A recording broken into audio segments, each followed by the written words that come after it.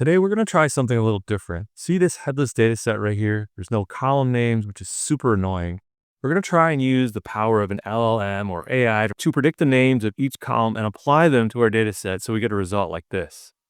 Now, I have one major requirement. This must be free. So that throws out ChatGPT Pro or paying credits for the OpenAI API and so on. We're going to use an LLM called OpenChat, which is available from Hugging Face. And since this requires a lot of power, I'm going to use Python and Google Colab.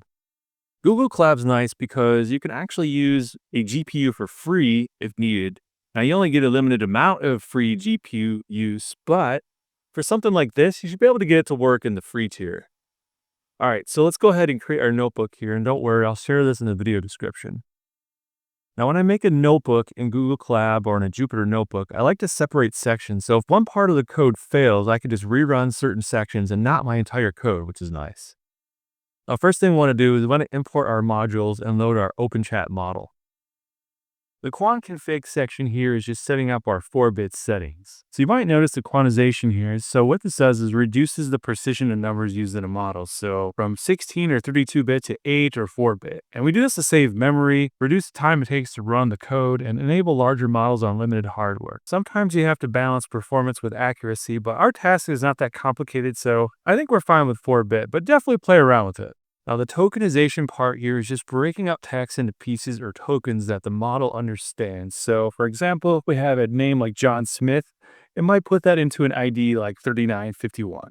And then finally, we're going to load the model for this section, and it's a model designed for text generation. We're going to apply those 4-bit settings, and then device map equals auto. This is going to place the model on GPU if available. Otherwise, it's going to be CPU. So now we can go to the next section. Next, I set this up so we can just upload our data set, but if you want to just import from a Google Drive, you could always do that, but I decided not to. This section is probably the most simple, so I think now we can probably move on to step 3. Next, we want to just load our data. So here we have to call Pandas and set up our data frame. Now here in step 3, we're giving the model a sample of 20 rows so we can get a feel for the data to best predict what each field represents. You can play around with this a little bit, but I found that 10 to 20 rows was fine for this case. Moving on to step 4, in this part of the notebook, we're feeding a sample of our data to the model. Since the data set doesn't have any column headers, we're asking the model to act like a data analyst and infer exactly what each column likely represents. The function builds a prompt that includes the first few rows of data, kind of like a preview of a spreadsheet or something like that. So in my case, yeah, 20 is probably more than a few, but whatever, few is subjective. Anyway, this allows OpenChat to spot patterns. So we're using multiple prompts, each based on different samples of the data set, and we're doing this to reduce randomness and improve consistency. I think one of the most important prompts here is telling it that it should only have one column name per column. All right, let's move on to step 5. Step 5 is where the magic happens. OpenChat's going to go ahead and start predicting the column names. The format sample for prompt, this creates a natural language prompt from our rows of data that we gave it, asking the model to guess the column names. Now under response here, max due tokens equals 256. That tells us how much text it can output in the response. So just to be clear, this is not a limit for how much data we can give the model. Now don't worry, this is about the output. The size of one token depends, but roughly 256 tokens is going to be somewhere around 180 to 200 words. Now the temperature here controls the randomness or creativity of the model's responses. And then of course, it's going to ultimately print out the predicted column names. Finally, in section 6, we're going to check to make sure the number of columns in our data set are the same number that our model predicted. Otherwise, we're going to have some kind of mismatch problems, and we don't want to deal with that.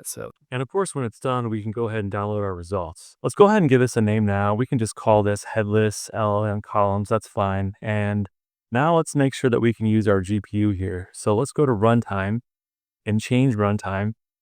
You can see a bunch of options here, including multiple GPUs. For our case though, I want power, so I'm going to go with the A100 GPU. It should be perfect for our needs in this video. Now L4 GPU is also good, especially for training models, and T4 GPU is fine too, but it's a little older and better for smaller models.